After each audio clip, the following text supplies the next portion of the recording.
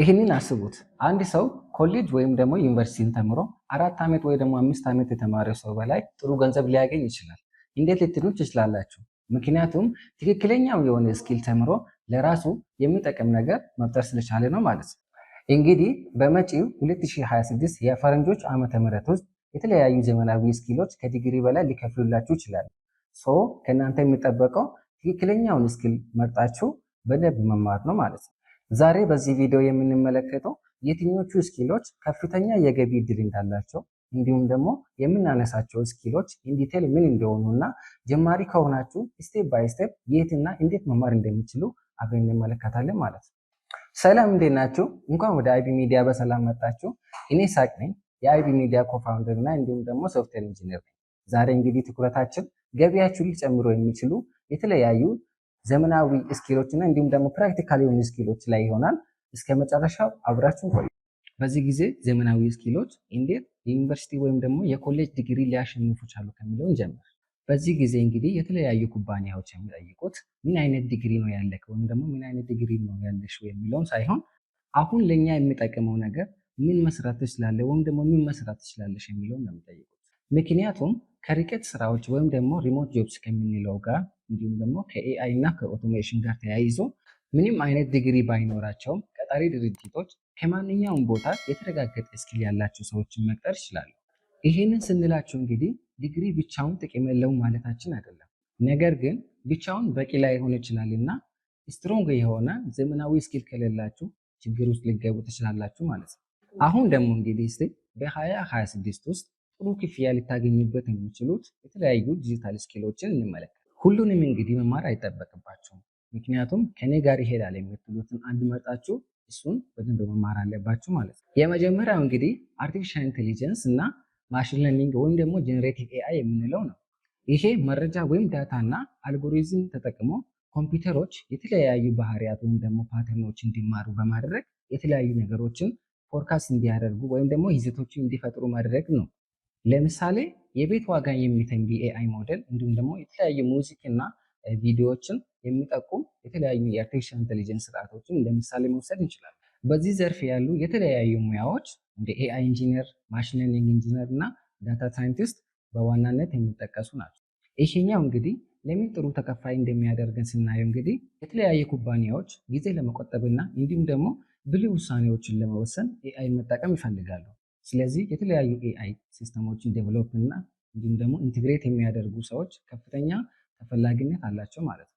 ሌላኛው ዳታ ኢንጂነሪንግ እና ዳታ አናሊሲስ። ይሄኛው ስኪል ደግሞ የተለያዩ መረጃዎችና ዳታዎችን ወደ ግልጽ መረጃ እንድንቀይር የሚያስችልን ስኪል ነው ማለት ነው። ለምሳሌ የተለያዩ የሽያጭ መረጃዎችን በመተንተን የትኞቹ ምርቶች በደንብ እንደተሸጡ ለማወቅ እንዲሁም ደግሞ ወራዊ አፈጻጸምን ለማየት የተለያዩ ዳሽቦርዶችን መፍጠር ያካትታል ማለት ነው። አሁን እንግዲህ ኩባንያዎች የተለያዩ ዳታዎችን ይሰበስባሉ።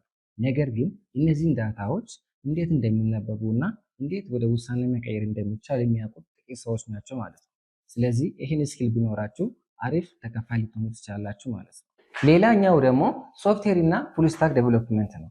ይሄኛው ከስሙ መረዳት እንደሚቻለው የተለያዩ እውነተኛ ሶፍትዌሮች እንደ ዌብሳይት፣ ሞባይል አፕሊኬሽንስ፣ ዴስክቶፕ አፕሊኬሽንስ እንዲሁም ደግሞ የተለያዩ ሰዎችን እና ቢዝነሶችን የሚያገናኙ መሳሪያዎችን መገንባት ላይ የሚያተኩር ነው ማለት ነው። ሶፍትዌር እንግዲህ ሁሉንም ነገር ያስተዳድራል ከፋይናንስ እስከ ጤና እንዲሁም ደግሞ የኤሌክትሮኒክ ንግድ ወይም ደግሞ ኢኮመርስ የምንለው ጨምሮ ማለት ነው። አሁን ቀጥሎ ያለው እንግዲህ በጣም አስፈላጊ የሆነው ጥያቄ ጀማሪ ከሆንኩ እንዴት መጀመር እችላለሁ የሚለው ነው። ይሄንን ጥያቄ ለመመለስ አሁን የምናየው 4 ስቴፖችን መከተል አለባችሁ ማለት ነው። የመጀመሪያው እንግዲህ አንድ ስኪል መምረጥ አለባችሁ። ለመምረጥ ራሳችሁን የኔ ፓሽን ምንድነው ማድረግ የሚወደው የሚለውን ለራሳችሁ መመለስ አለባችሁ ማለት ነው። ለምሳሌ ሎጂክ፣ ፕሮብሌም ሶልቪንግን ጨምሮ የተለያዩ ነገሮችን ቢልድ ማድረግ የምትወዱት ከሆነ ከሶፍትዌር ዴቨሎፕመንት ከኤአይ እና የመሳሰሉት አንዱን መርጣችሁ መማር መጀመር አለባችሁ ማለት ነው። ስለዚህ ሁሉንም ነገር በአንድ መማር ስለማይቻል አንዱን መርጣችሁ እዛ ላይ በደንብ ፋውንዴሽን ቢኖራችሁ በዛ ዶሜን ኤክስፐርት መሆን ትችላላችሁ ማለት ነው። ቀጥሎ የሚሆነው ስቴፕ ደግሞ ምንድነው? መሰረታዊ ወይም ደግሞ ፋንዳሜንታልስ የሚባሉ ነገሮችን በደንብ መማር አለባችሁ ማለት ነው። ለዛም ኦንላይን የተለያዩ ነፃ ኮርሶች አሉ፣ እነሱን መጠቀም ትችላላችሁ። ሶስተኛው ስቴፕ የሚሆነው የተለያዩ ኮርሶችን ወስዳችሁ እሱን ብቻ ተምራችሁ መቀመጥ ሳይሆን የተለያዩ ትናንሽ ሪል የሆኑ ፕሮጀክቶችን እየሰራችሁ መሄድ አለባችሁ ማለት ነው። ምክንያቱም ወደ ስራ ዓለም ስትገቡ የሚከፈላችሁ አንድ እውነተኛ ነገር ሲሰሩ ብቻ ስለሆነ ማለት ነው። የመጨረሻው ስቴፕ የሚሆነው የራሳችሁን ፕሮጀክቶች በይፋ ማስተዋወቅ አለባችሁ ማለት ነው። ይሄን ለማድረግ ሲቪያችሁ ወይም ደግሞ ሊንክድኢን ፔጃችሁ ላይ የሰራችሁት ፕሮጀክት ስም፣ ምን አይነት ችግሮች እንደፈታችሁ፣ እንዲሁም ደግሞ ምን አይነት መሳሪያዎች ተጠቅማችሁ ይህን ፕሮጀክት እንደሰራችሁና ምን አይነት ውጤት እንዳመጣችሁ እያስቀመጣችሁ ብትሄዱ የራሳችሁን በቀላሉ መሸጥ ትችላላችሁ ማለት ነው። አዲሽናሊ ኢንተርቪው ስታደርጉ ወይም ደግሞ ከሰዎች ጋር ስታወሩ ስለ ፕሮጀክታችሁ በደንብ አድርጋችሁ ማውራት አለባችሁ ማለት ነው። የዛሬ ቪዲዮአችን እንግዲህ ይህንን ይመስል ነበር። እስከ መጨረሻው ስለተከታተላችሁ በጣም ነው የምናመሰግነው። ሀሳብ ወይም ደግሞ አስተያየት ካላችሁ ከታች ኮሜንት ሴክሽን ላይ አሳውቁን። እንዲሁም ደግሞ ለቻናሉ አዲስ ከሆናችሁ ሰብስክራይብ በማድረግ ቤተሰብ ይሁኑ። እንዲሁም ደግሞ ቪዲዮውን ላይክ፣ ሼር ማድረግ እንዳትረሱ። ቀጣይ በሌላ ቪዲዮ እስከምንገናኝ በሰላም ቆዩ። አይቢ ሚዲያ ኢምፓወሪንግ ዲጂታል ማይንድስ